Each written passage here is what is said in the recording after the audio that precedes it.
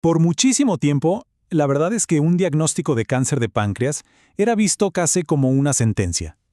Pero esa historia está cambiando, y el motor detrás de ese cambio es pura ciencia.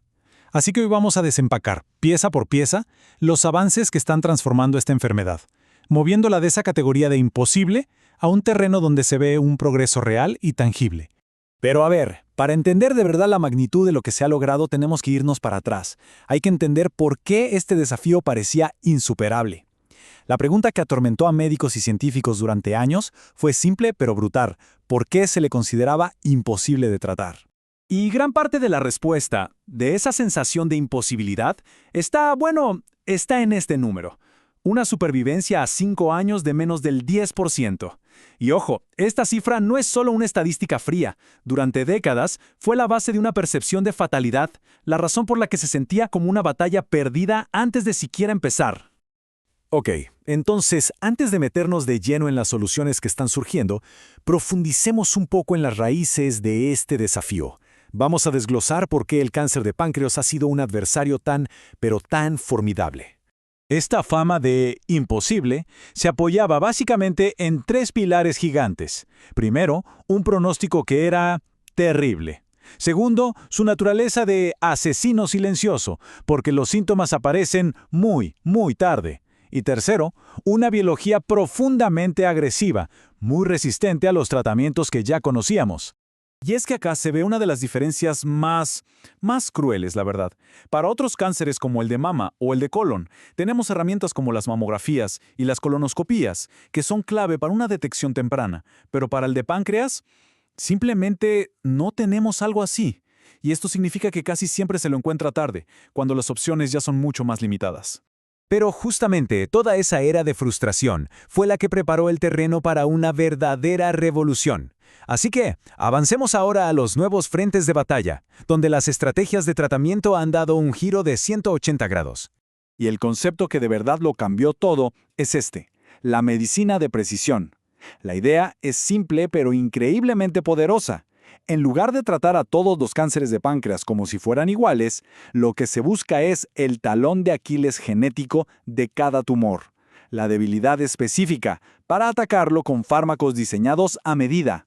El primer gran salto vino, de hecho, desde la quimioterapia. Pasamos de usar un solo fármaco con resultados bastante modestos a usar combinaciones mucho más potentes.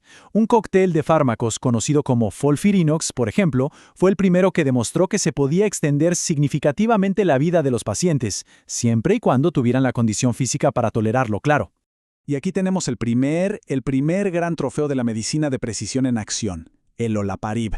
Este es un tipo de fármaco llamado inhibidor de PARP y está diseñado para tumores que tienen una mutación muy específica en los genes BRCA, sí, los mismos que se asocian al cáncer de mama. Y aunque solo funciona para un pequeño porcentaje de pacientes, esto fue la prueba de concepto que se necesitaba. Demostró que era posible encontrar la diana molecular correcta y acertarle. Y ahora sí, nos metemos en una de las fronteras más emocionantes de toda la oncología, la idea de despertar a nuestro propio sistema inmunitario para que sea él mismo el que reconozca y destruya el cáncer. El gran problema aquí es que a los tumores de páncreas se les conoce como tumores fríos. ¿Y qué significa eso?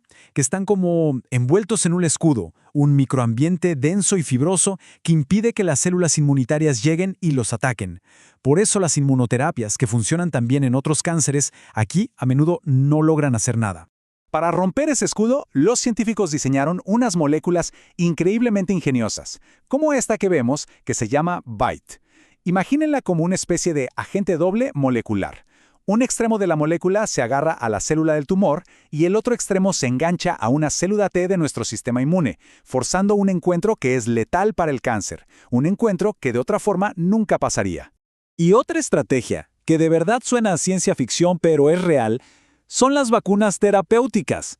Ojo, estos no son para prevenir la enfermedad, se le administran a pacientes que ya tienen el diagnóstico. El objetivo: entrenar a su sistema inmunitario para que aprenda a reconocer mutaciones específicas del cáncer, como la famosa CRAS, y las ataque sin piedad. Y todo este camino nos lleva al santo grial en la lucha contra el cáncer de páncreas, la misión de derribar al enemigo público número 1, esa proteína que durante décadas fue considerada el objetivo inatacable. Por más Más de 40 años, esto era ley en la oncología. No se puede atacar a CRAS. Se lo consideraba un objetivo imposible. Era la frustración que, en gran medida, definía la lucha contra esta enfermedad. Para que se entienda fácil, el problema con CRAS es que es como el interruptor maestro del crecimiento de la célula, y en casi el 90% de los cánceres de páncreas, ese interruptor está atascado, pegado en la posición de encendido, dándole a la célula una sola orden sin parar: divídete, divídete, divídete. Y el problema era físico, a un nivel que ni siquiera podemos imaginar. La proteína CRAS es súper lisa, casi como una bola de billar, y los fármacos funcionan como una llave en una cerradura. Necesitan encajar en bolsillos o hendiduras de las proteínas para poder apagarlas. Durante 40 años, nadie pudo encontrar un solo bolsillo en CRAS. No había dónde agarrarse. Hasta que llegó el descubrimiento. Los investigadores vieron que en una variante muy específica de KRAS se abría un pequeñísimo bolsillo, casi como un parpadeo. Pero fue suficiente. Inmediatamente se diseñaron fármacos capaces de meterse en esa cavidad en el momento justo y, al hacerlo, atascar toda la maquinaria de la proteína, apagándola. El objetivo inatacable por fin tenía un punto débil. Y esto fue gigante porque no solo rompió esa idea de que CRAS era intocable, abrió la puerta a una estrategia totalmente nueva. Y quizá lo más emocionante es el doble efecto que se está viendo. Estos inhibidores no solo frenan el crecimiento del tumor directamente, sino que al hacerlo parece que le quitan su camuflaje inmunitario. Lo calientan, por así decirlo, y lo hacen visible para que otras terapias, como la inmunoterapia, ahora sí puedan funcionar. Entonces, si juntamos todas estas piezas, todos estos avances, queda claro que estamos entrando en una era completamente distinta, con una perspectiva renovada para esta enfermedad. Para tener una perspectiva clara, este gráfico muestra la brecha que la ciencia está tratando de cerrar. La supervivencia para el cáncer de páncreas metastásico sigue siendo terriblemente baja, alrededor del 3%, si la comparamos con las altas tasas de supervivencia para cánceres localizados como el de mama.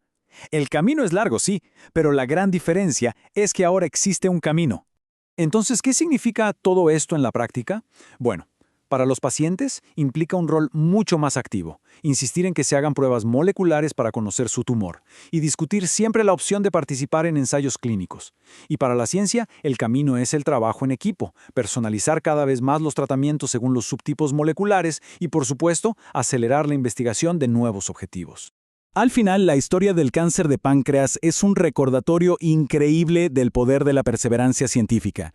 Demuestra cómo toda una comunidad de investigación puede transformar algo que parecía imposible en un campo de progreso activo, que avanza día a día.